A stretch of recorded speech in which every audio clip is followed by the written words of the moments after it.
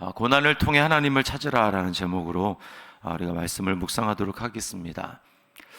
오늘 24절에 보면 여호와의 나를 징계하시되 너그러이 하시고 진노로 하지 마옵소서. 주께서 내가 없어지게 하실까 두려워하나이다. 이렇게 말씀을 합니다. 너그러운 징계를 부탁하고 있는 것이죠. 자, 죄에 대한 이 깨달음이 참 중요합니다. 23절 말씀에 보면 여호와여 내가 알거니와 사람의 길이 자신에게 있지 아니하니 걸음을 지도함이 걷는 자에게 있지 아니하나이다. 이렇게 말씀을 하고 있습니다. 새 번역에는 이렇게 번역해요. 사람이 자기 운명의 주인이 아니라는 것을 제가 이제 깨달았습니다. 그러니까 걸어가는 대로 내 인생이 펼쳐지는 게 아니다라는 거죠. 내가 걸어가는 대로, 내가 원하는 대로, 계획을 세우는 대로 인생이 펼쳐지지 아니한다라고 하는 겁니다. 자기가 인생의 주인이 아니라는 거예요. 자, 자기가 인생의 주인이 된다는 건 뭐냐면 계획대로 다 돼야 자기가 인생의 주인인 거죠. 걸어가는 대로 그 길이 다 열리고 내가 원하는 대로 갈 수 있는 것, 그것이 자기가 주인 되었다라는 뜻입니다. 그러나 인생은 그렇게 되지 않습니다. 우리는 내 안에 있는 이 죄의 성의 뿌리가 얼마나 깊은지, 심각한지를 우리는 분명히 좀 자각할 필요가 있습니다. 우리는 은연중에 뭐를 생각하냐면 당연히 내가 생각하는 대로, 내가 계획한 대로 되어야 한다라고 생각을 하고 그것이 옳은 것이라고 우리는 은연중에 생각합니다. 그래서 그 안경으로 모든 것을 바라보면서 왜 내 인생은 내 계획대로 되지 않는가, 왜 내 걸음대로 인생은 펼쳐지지 않는가라고 생각을 합니다. 인생의 고통이 바로 여기에서 오는 것입니다. 우리는 말로는 아버지의 뜻대로 되기를 원하나이다라고 하지만 우리 머릿속의 생각으로는 그것이 그냥 머릿속의 지식으로 그칠 때가 많고 실제 삶에 들어오면 우리는 아버지의 뜻대로 되기를 원합니다 아니라 내 뜻대로 되어지이다 이렇게 주장을 합니다. 가정에서 자녀들을 대할 때, 또 직장 안에서 함께 일하는 동료들을 대할 때, 또 교회 안에서 봉사하거나 섬길 때 우리는 이렇게 합니다. 내 뜻대로 되기를 원합니다 라고 이야기를 합니다. 그러면서 자기 뜻이 어떻게 드러납니까? 자기가 경험하고 살아온 그 경험을 바탕으로 우리는 성경도 보고 또 교회도 바라보며 그리고 사람들과의 관계 속에서 우리는 바라봅니다. 은연중에 자기도 모르게 그렇게 하는 것입니다. 그러나 우리가 그리스도 안에서 새로운 피조물이 되었다는 것은 이제 내가 이전에 경험하며 경험을 토대로 내가 쌓아온 지식과 내 판단이 옳지 않고 그것이 다시 하나님의 복음의 지식으로 또 하나님의 말씀의 지식으로 다 근본적으로 새롭게 수정이 되어야 할 것을 말하는 것입니다. 언제 우리는 내가 주인이 아니다, 그리고 내가 걸어온 내 방식이 옳지 않다라고 하는 것을 깨닫게 됩니까? 그냥 인생이 평탄할 때는 절대 깨달을 수 없습니다. 그것은 곧 내가 옳다라는 것을 증명해 주는 수단이에요. 내가 아무 문제 없으니까 나는 문제가 없어 라고 생각하는 것이죠. 그러나 하나님은 어떻게 하십니까? 고통과 갈등을 통해서 내가 옳지 않다라는 것을 드러내십니다. 24절 말씀에 보면 그들을 괴롭게 하여 깨닫게 하리라. 이스라엘이 이때 동안에 자기는 옳다고 생각을 했습니다. 그러니까 아무 문제가 없다라고 생각을 했지만 이제는 괴로움과 고통을 통해서 하나님은 깨닫게 하고 계십니다. 나와 생각이 다른 사람, 나에게 너무 답답하고 고통을 안겨주는 사람, 너무나 압박을 받는 그런 환경들을 통해서 하나님을 알게 하는 것입니다. 우리는 정상적인 방법으로는 자신의 잘못을 깨닫는 사람이 없습니다. 이게 성경의 증언이야. 로마서 3장에 보면 깨닫는 자도 없고 하나님을 찾는 자도 없다라고 말씀을 합니다. 우리는 스스로 하나님을 찾지 않습니다. 그냥 종교 활동을 하는 것이죠. 나의 옳음을 증명하면서 그냥 살아가는 것입니다. 그러나 고통과 고난의 환경 때문에 괴로움을 당하게 될 때 우리는 다시 한번 생각을 하는 겁니다. 인생의 근본적으로 생각을 하게 되는 것이죠. 그러므로 고통과 갈등의 시기에 환경 탓을 하고 다른 사람의 탓을 하는 것은 그것은 하나님의 뜻이 아니고 지혜롭지 못한 태도입니다. 사람들은 어떤 환경과 시스템을 먼저 바꾸려고 하지만 하나님은 그것보다는 나를 다루시기를 원하십니다. 나는 끊임없이 외부에서 문제를 찾지만 하나님은 내 안에서 문제를 발견하기를 원하세요. 야고보서 1장 2절로 4절입니다. 내 형제들아, 너희가 여러 가지 시험을 당하거든 온전히 기쁘게 여기라. 이는 너희 믿음의 시련이 인내를 만들어내는 줄 너희가 알미라. 인내를 온전히 이루라. 이는 너희로 온전하고 구비하여 조금도 부족함이 없게 하려 함이라. 우리가 이렇게 반응할 수 있는, 지금 야고보서의 말씀과 같이 반응할 수 있는 이유가 어디에 있습니까? 그것은 우리가 예수 그리스도와 연합한 자이기 때문입니다. 24절 말씀에 보면 여호와여 나를 징계하옵시되 라고 말씀을 합니다.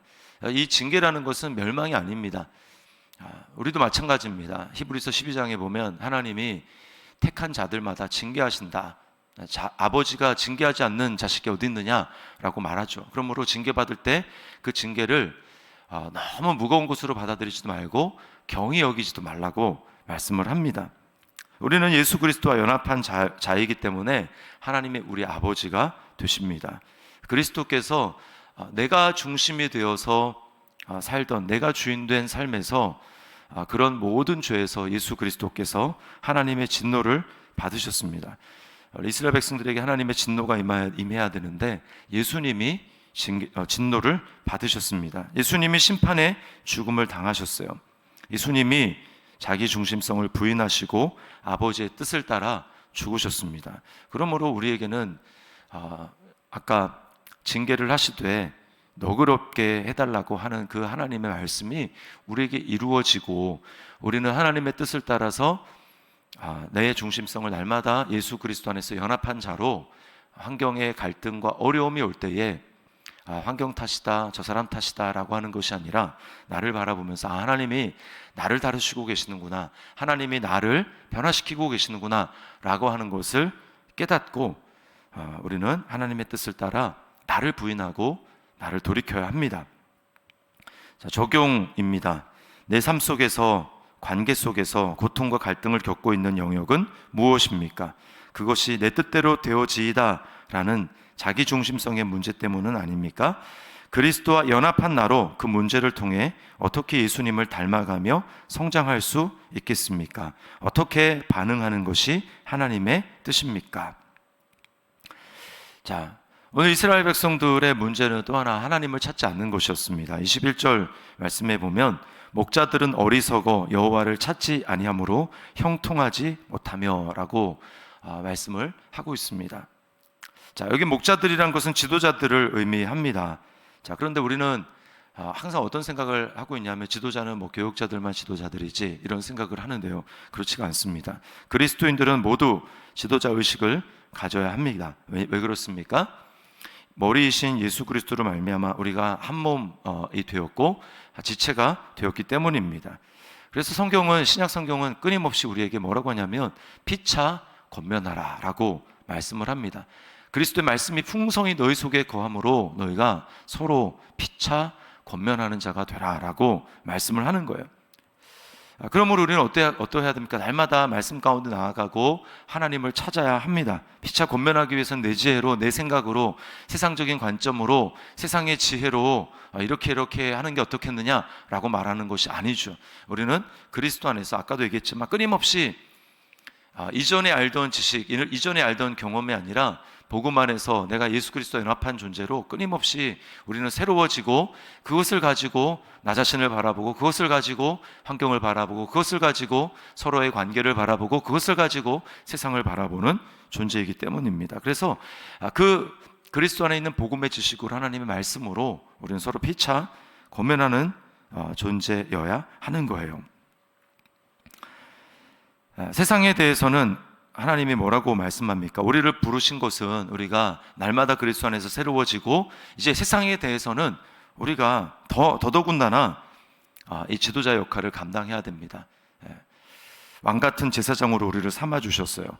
주님이 우리를 자신 안에서 한 몸으로 부르신 이유는 이제는 우리가 하나님을 찾고 세상으로 보내시도록 하기 위함입니다. 우리는 세상이 하나님을 알도록 하나님을 찾도록 하나님을 나타내야 할 존재예요.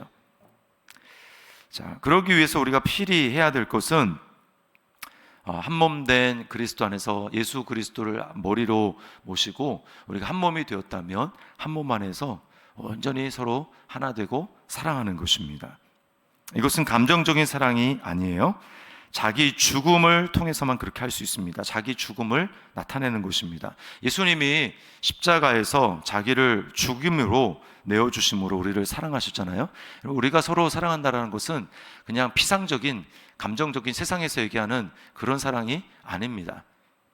나한테 좀 맞으면 잘해주고 나한테 좀 맞지 않으면 잘해주지 못하고 미워하고, 이것은 세상적인 사랑이지 그리스도 안에서 예수님이 자신을 내어주심으로 말미암아 우리를 한 몸으로 지체로 부르신 그 사랑이 아닙니다.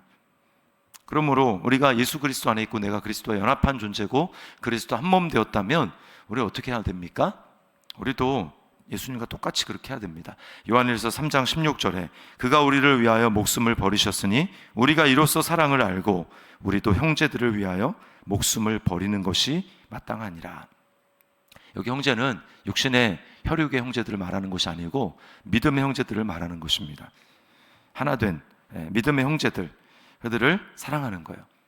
이것이 바로 하나님을 정말 찾는 사람이라면, 하나님을 찾고 예수 그리스도를 찾고 예수 그리스도 안에서 내가 어떤 존재이라는 것을 안다면 하나님을 찾는 존재가 마땅히 추구해야 될 삶의 모습이라는 것입니다. 하나님은 우리를 통해서 세상 가운데 하나님을 드러내 주시기를, 드러내기를 바라십니다. 그래서 우리가 사랑함이 없이 전도를 열심히 한다고 되는 것도 아니고요. 또 세상에 그냥 구제만 열심히 한다고 되는 것도 아닙니다. 그것 이전에 우리는 우리 안에서 자기를 죽이는, 나를 부인하는 방식을 통해서 서로 사랑하는 그것을 통해서만 하나님을 나타낼 수 있습니다. 적용입니다. 내가 그리스도와 연합되었음을 정말 믿습니까? 나는 그 연합된 믿음으로 살고 있습니까? 그리스도와 연합한 자가 바로 세상을 향한 지도자임을 압니까? 고통 중에 있는 세상을 치유하기 위해 하나님을 전심으로 찾고 있습니까? 피차 권면하고 사랑함으로 하나가 되어 하나님을 나타내며 증거하고 있습니까? 오늘 고난을 통해 하나님을 찾으라 라고 하는 이 말씀을 통해서 고난의 환경을 통해서, 고통의 환경을 통해서, 갈등의 환경을 통해서 하나님 나에게 무엇을 말씀하시는가 라고 하는 것을 우리가 곰곰이 묵상하며 하나님의 뜻을 이루며 나아가는 오늘 하루가 될 수 있기를 주님의 이름으로 축원합니다.